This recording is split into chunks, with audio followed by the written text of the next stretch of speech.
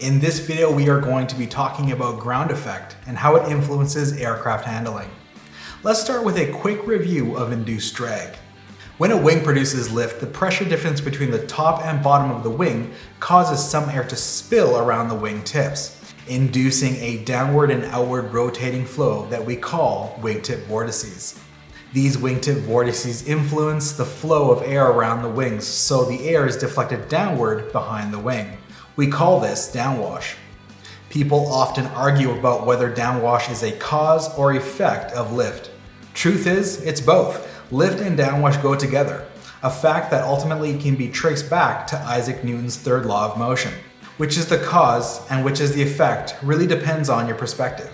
The reason wingtip vortices and downwash are important to us is that when the direction of the relative airflow is changed, the direction of lift changes with it.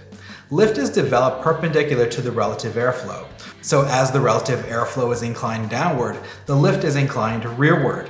It's this rearward component of lift that we are interested in. This is induced drag. So with this quick recap in mind, what is ground effect? First, let's look at what ground effect is not. It's a widely held view that ground effect is a cushion of air that gets compressed under the aircraft as we fly close to the ground. This might be an easy thing to visualize, but it's inaccurate. It's important to get past such a misconception because it can lead to further misunderstanding, such as the view that ground effect is less pronounced at higher elevations due to the reduced air density. Okay, so if we know what ground effect is not, what is it? Well, wingtip vortices take up space, and downwash requires the airflow to move downward unobstructed. If we're flying very close to the ground, the vortices don't have any space, and the downwash has nowhere to go. In other words, the ground interferes with vortex and downwash development. With reduced downwash, we get reduced induced drag and increased lift. So how close to the ground do we need to be? In principle, ground effect starts at one wingspan off the ground, but it doesn't all kick in instantly. Instead, it gets stronger as we get closer to the ground. Above about half a wingspan, ground effect is present, but insignificant. It's only below about half a wingspan that it becomes important. Let's put this into context for a typical training aircraft. A Cessna 172 has a wingspan of 36 feet. So below 18 feet, ground effect is noteworthy. While when the aircraft is sitting on the ground, the wingtips are already about 7 feet off the ground. So there is about an 11-foot window within which a Cessna 172 can be airborne and be influenced by ground effect. Quick pause, I just want to take a moment to tell you about our amazing app called NavAid Pro. Learn navigation instruments faster with the intuitive design. Check it out, links in the description. But enough of that, let's get back to ground effect.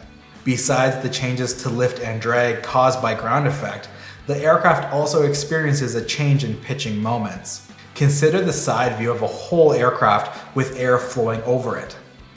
Look at where the downwash goes. Aside from the obvious, it goes downward, it also moves aft, striking the horizontal stabilizer. This pushes the tail down.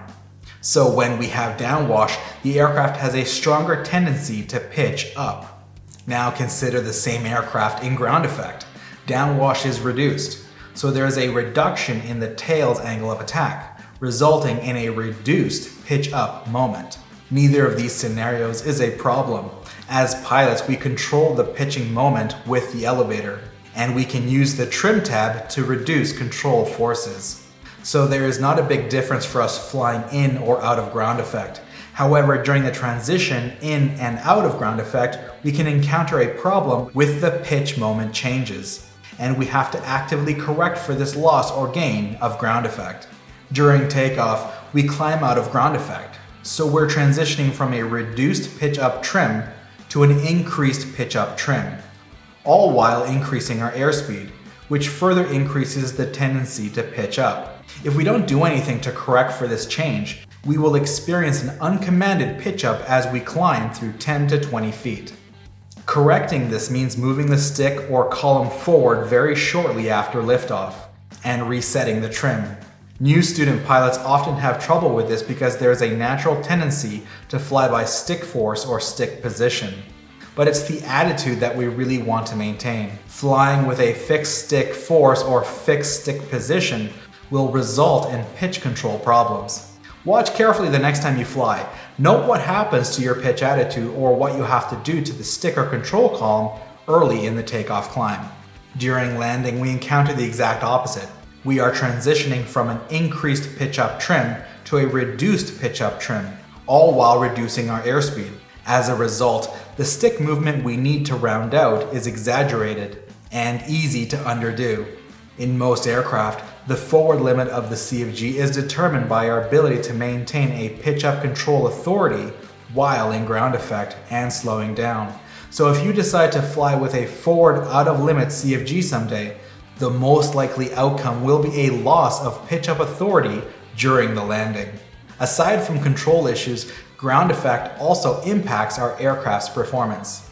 The place where we can really leverage this increased performance is during a soft or rough field takeoff. Not only does ground effect reduce drag, but recall that it also increases lift, ultimately leading to a reduced stall speed.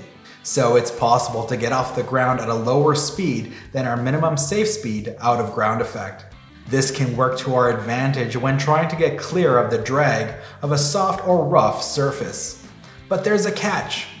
If we lift off at a speed lower than our stall speed, climbing out of ground effect will create a hazard as our stall speed returns to normal. So it's important to accelerate to a safe climbing speed while still in ground effect.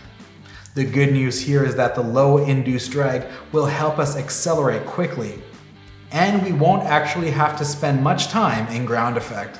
That's all I have for you on this video. Check out the links in the description. Thanks for watching, and I hope you have a wonderful day.